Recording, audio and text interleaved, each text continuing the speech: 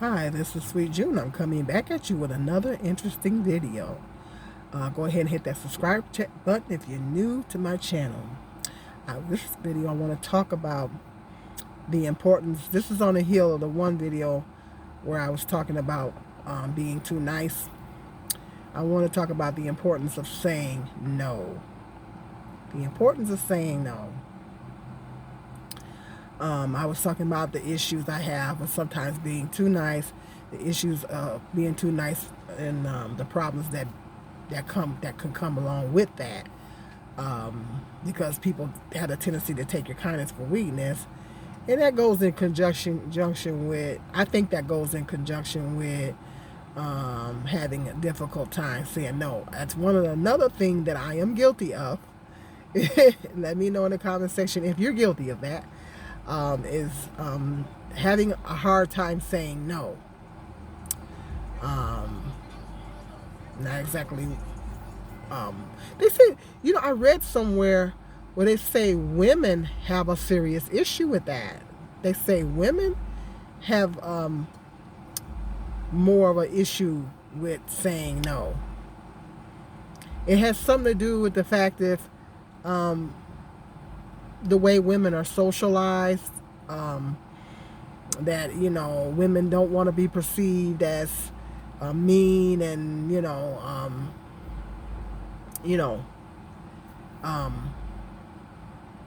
that one word.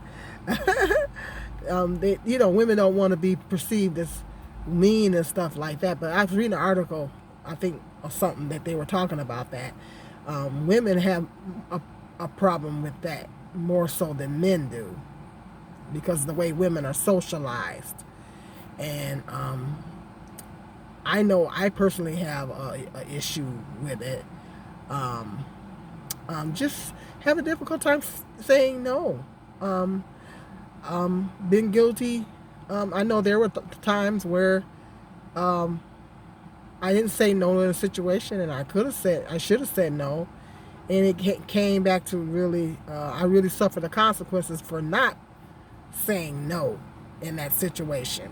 I know it's a lot of times that I could have known, I'll say no and then turn around, and I've been guilty with that when my kids, not so much as when they were little, but as they got older,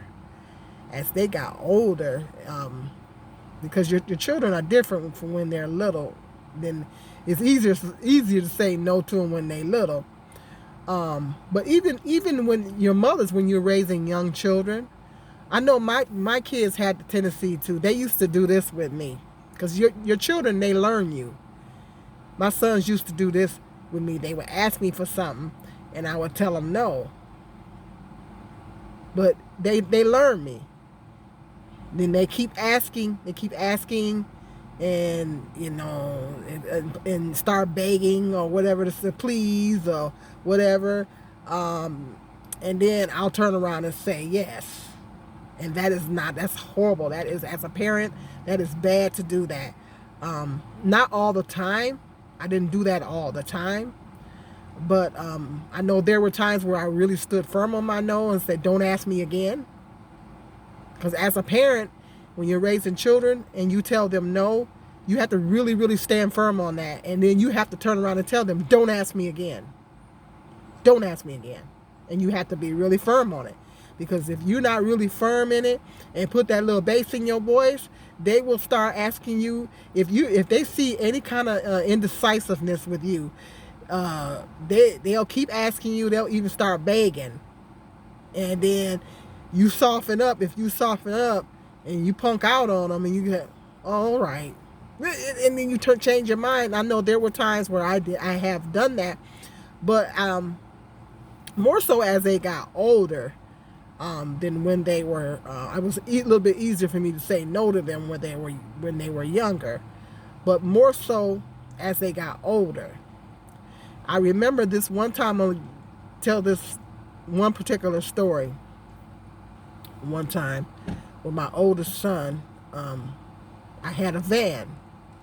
I had 3 vans. I had a red van, a blue van, and a white van. I purchased them all from my mechanic. I asked him, or he asked me, can he drive my van? I told him no. I don't know why. I can't remember. Now he was, I can't remember how old he was, but he was, I can't remember how old he is. I think he was already grown because he'll be 32 this year. I think he was 18. I'm not exactly sure as to how old he was. But he asked me, Mom, can I drive your van? And I said no. I can't remember the reason why I said no, but if I said no, I must have had a good reason for saying no at the time. Because, he would go out, drive it to hang out with his friends or something like that. Well, he kept asking me, begging, start begging, and kept on asking me. My sons kind of learned me and kept asking, begging or whatever, trying to, saying and whatever he could say to try to convince me. And then I turned that no into a yes. Okay, well, you go where you got to go and come on right back. That is the worst thing as a parent. I'm telling you, take it from me. That is the worst thing you can do as a parent, is to tell your child no, and then turn at any age, and then turn around and say, yeah, when you say no, you gotta be firm on that no, and you gotta stand firm on it. And that's even scriptural. That's scriptural. The Bible says, "Let your no mean no, and your yes mean yes."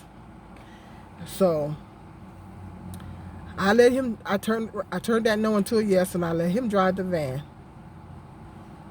An hour turned into 2 hours, and 2 hours turned into 3 hours, and then next thing you know, it was late at night. Started getting late. I'm wondering where's my son with my van. All of a sudden, I get a phone call from his cousin, and he said, June, Justin flipped the van. I said, what? What do you mean? I thought he was joking. I kept waiting around for him because he was kind of a jokester. I kept waiting around for him to say, I'm just joking. I waited. I said, are you serious? He said, yeah, he flipped the van. I said, what do you mean he flipped the van? What are you talking about? And to make a long story short, he was over someone's house. They were over someone's house chopping it up, partying or whatever. And he got into it with another young man at this, at his cousin's house. They were at his cousin's house or something like that. They were, chopping it up over there. Had a little bit too much to drink. He got into it with the other young man that was there. I don't know what the heck. This was years ago, so I don't know what they were arguing about, but no, I don't remember. But this is the story as far as I know it. They got into it. He thought the guy had a gun. He was already kind of toasted because he was drinking. I don't know if the guy threatened him or he thought the guy had a gun or whatever the situation was. So he left the apartment. It was an apartment complex. He left the apartment, got into the van. I think it was a case where he was being paranoid. And he was smoking that wacky tobacco in addition to drinking. But when the police took the little test, they found some alcohol, Well, he could have been smoking that wacky tobacco too. I don't know what the situation was. Well, he got in the van. Now, mind you, this happened years ago. And there was a hill over there by the apartment complex where he was at. He drove the van, he floored it up this hill and ran into a tree. Thank God nobody was hurt. Thank God he didn't hit anybody. Thank God he didn't kill anybody. I just was so glad that no one got hurt, no one got killed, because that could have been much more serious than what it really was. He winds up hitting this tree, drove real fast up the street, ran into the tree, flipped the tree. No, it wasn't a tree. correction, it wasn't a tree, it was a telephone pole.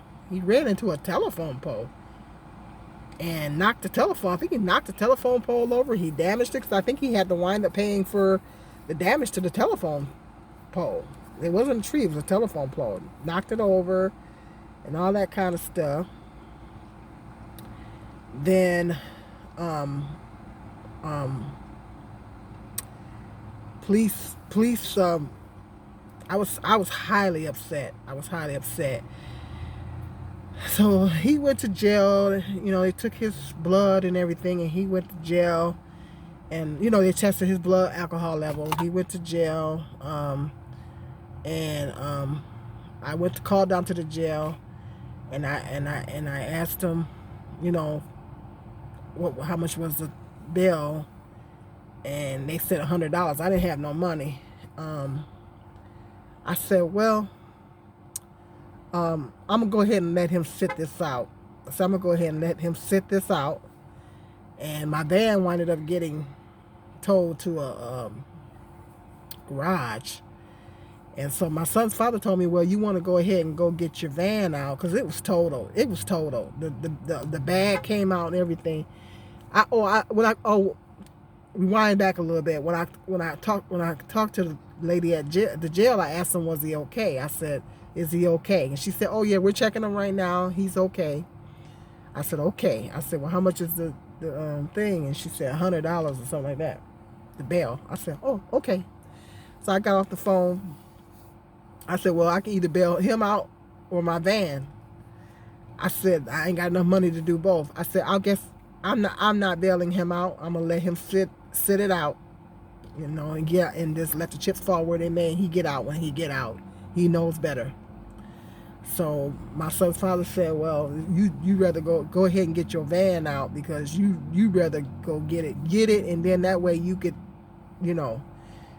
junk it and get the money for it, and you don't want them to do it and sell it for parts and make all kind of money. Whatever the situation is, you want to get your money off of it. So I went down there. I said, okay, well, I guess I will go down and bond my van out.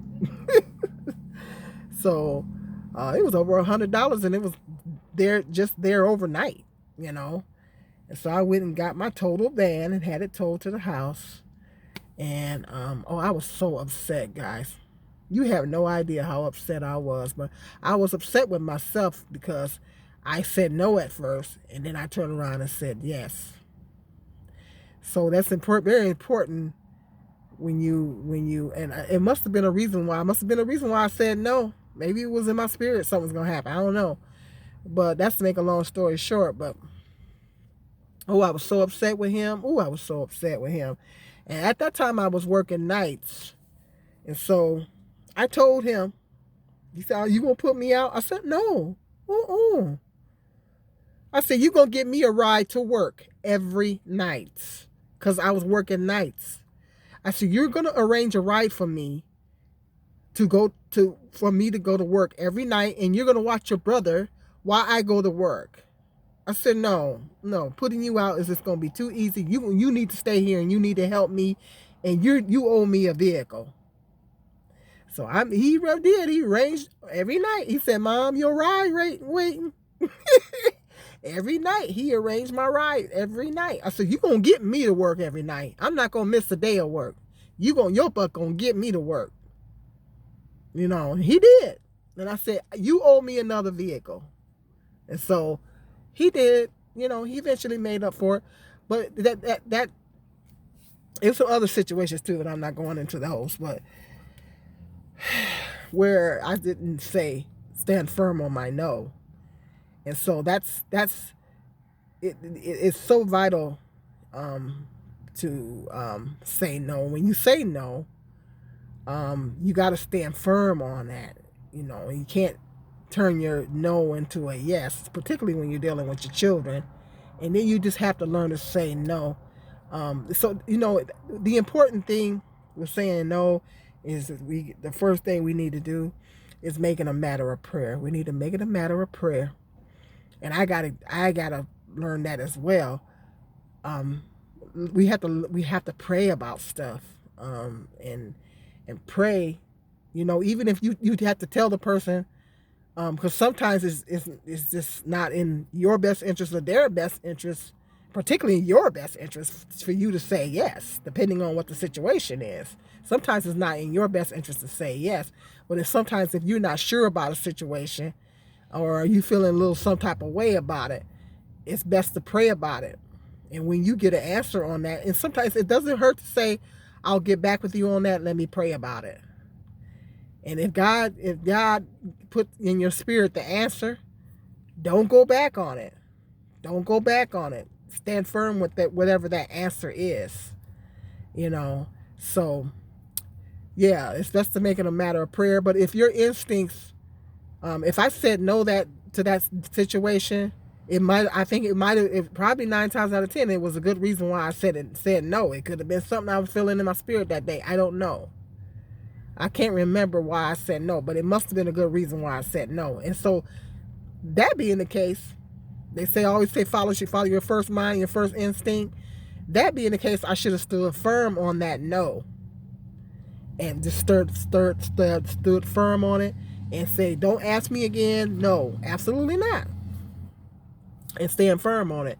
Because sometimes if you listen to your first mind, if your first instinct is to say no, well, maybe it's probably a good reason for it, and you need to just go with that. If you're not sure, it's a situation to where you're not sure, pray about it, because it will come back to bite you later. I know there were other instances where I didn't say no, and it came back to bite me later. So it's very vital to learn how to say no, to learn the art of saying no. Sometimes, if there were situations where I said yes to, and I got myself in a bad situation.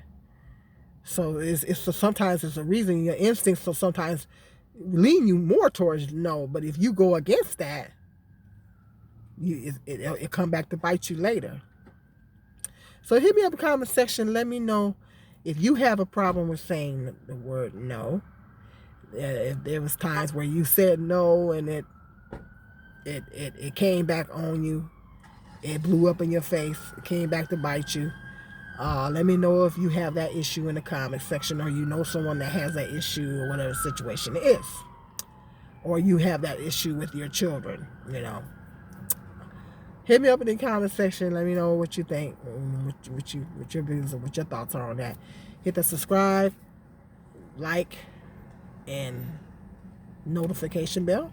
Until the next video, peace and love. This is Sweet June.